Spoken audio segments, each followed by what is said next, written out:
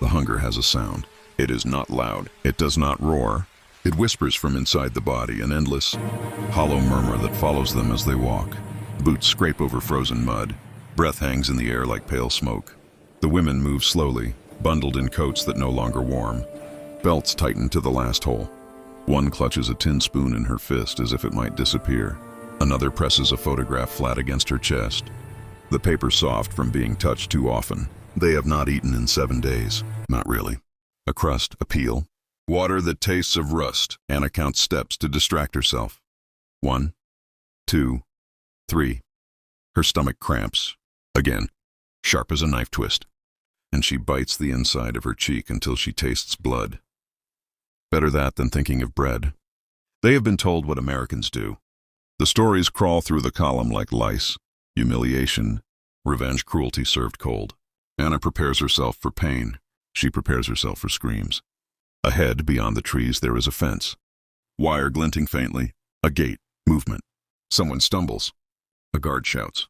The women stop breathing for a moment, as if the world itself might notice them and strike. Anna lowers her eyes. She tells herself one thing, over and over, like a prayer. Endure. Whatever comes, endure. The journey erases time. Days fold into one another, gray and swollen like bruises. They are moved at dawn and again at dusk. Herded along roads littered with broken wagons and discarded helmets. Smoke hangs permanently on the horizon, a reminder of cities that no longer exist. Anna smells it everywhere. Burnt wood, damp ash, something sour beneath it all. Propaganda still clings to them. It lives in their posture, in the way shoulders tense whenever an engine approaches. American trucks growl past, enormous, clean, unreal. The women do not look up. Looking up feels dangerous. At night they huddle together, sharing heat like animals. Someone whispers a rumor. Americans feed you once, then take it away. Another says they make you beg. A third swears they laugh while you starve. No one knows who first said these things. They only know they have heard them all their lives. Anna dreams of bread she cannot swallow. She wakes with her mouth open, tongue dry as paper. Her stomach cramps so violently she curls inward, arms wrapped tight around herself. Shame burns hotter than hunger. A German woman should not be this weak. In her pocket, her diary grows heavier, as if absorbing everything she cannot say aloud. If I survive this, she writes with a shaking pencil stub, it will not be because I was brave, but because I was emptied of everything else. The gate opens without ceremony. No shouting, no blows. Just a metallic creak, slow and almost polite. The women stop walking because no one tells them to continue. Silence rushes in, loud in their ears. Anna lifts her eyes despite herself. The camp does not look like the ones in the stories. There is order here. Clean gravel. Barracks standing straight, roofs intact. An American soldier gestures with an open hand, not a rifle. His uniform smells of soap and tobacco. The scent is so unexpected it makes Anna dizzy. They are led inside a wooden hall. Tables, benches, light pouring through windows, unbroken by blast or fire. Someone sets down a crate. The lid comes off. Bread. Real bread. Thick slices, pale and soft.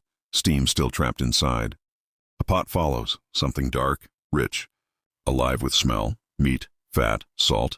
The aroma hits them like a physical force. One woman whimpers. Another presses both hands to her mouth as if to hold herself together. We haven't eaten in a week, someone whispers. Not to the soldiers, but to the room itself. Anna's knees buckle. Tears fall before she realizes she is crying. The cruelty she prepared for does not arrive. Instead, a ladle is held out, and everything she was taught begins to crack. They eat slowly at first, afraid the food might vanish if they move too fast. Anna's hands tremble as she lifts the spoon. The stew is thick, clinging to the metal, smelling of onions and something warm she cannot name. The first mouthful floods her tongue, salt, fat, depth. Her body reacts before her mind does. A sob tears out of her, sharp and humiliating. Around her others are crying too, shoulders shaking, faces bent low over bowls as if in prayer. No one is punished for it.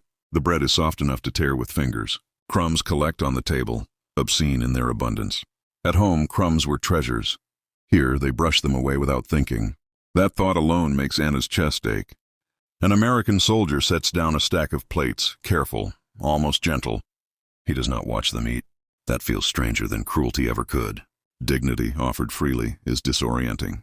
Later, in the barrack, Anna rubs her stomach in disbelief. Full. The word feels dangerous. She writes in her diary by fading light. They fed us like people. I do not know what to do with this kindness. It frightens me more than hunger. Outside, the camp settles into quiet order. Inside Anna, something loosens, just enough to hurt. Kindness becomes its own battlefield. Each meal arrives on time. Each morning brings clean water, soap that smells faintly of flowers, blankets folded with care. The routine presses against Anna's mind harder than hunger ever did.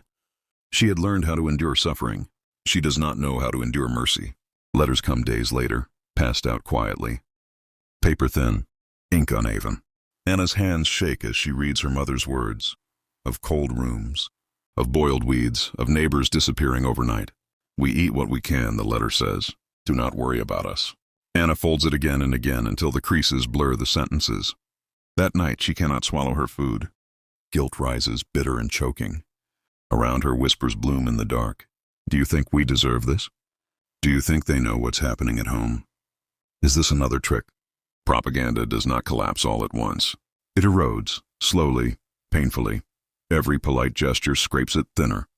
Every full stomach feels like a betrayal. Anna writes in her diary with furious strokes. They are not monsters. If they are not monsters, then what does that make us? What does it make the stories? Outside, the American guards laugh softly among themselves. Human sounds drifting through the wire. Anna turns her face to the wall and feels something unfamiliar settle in her chest. Doubt. The announcement comes without drama. A notice read aloud and accented. German, repatriation, processing. What comes next will come soon. The words land gently, almost kindly, and yet they hollow Anna out. Around her, women sit very still. No cheering, no relief. Only the weight of leaving this strange island of order and food and unbearable decency. That night, Anna eats her meal slowly, memorizing it. The scrape of spoon against bowl. The warmth spreading through her chest. She wonders if she will ever taste meat like this again. Or if this place will dissolve into something dreamlike once she is gone. In the barrack, she packs her few belongings. The photograph. The spoon. The diary, swollen now with pages she never expected to write. She hesitates, then opens it one last time. I thought suffering would be the worst thing they could do to us, she writes. I was wrong. The worst thing is this, being shown a world that still works, while ours has fallen apart. Outside, dawn creeps across the camp. The wire fence glows faintly, no longer sharp with threat, just present. An American soldier stands nearby, sipping coffee, steam curling upward. He nods when their eyes meet. Not in triumph, not in pity, just acknowledgement. Anna looks away, her throat tight. On the truck, as the camp recedes, she presses her forehead to the wooden slat and watches the building shrink.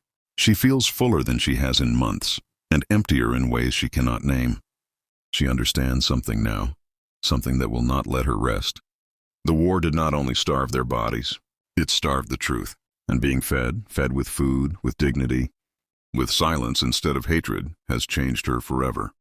She closes her eyes as the road carries her forward, already knowing that hunger, in one form or another, will follow her home.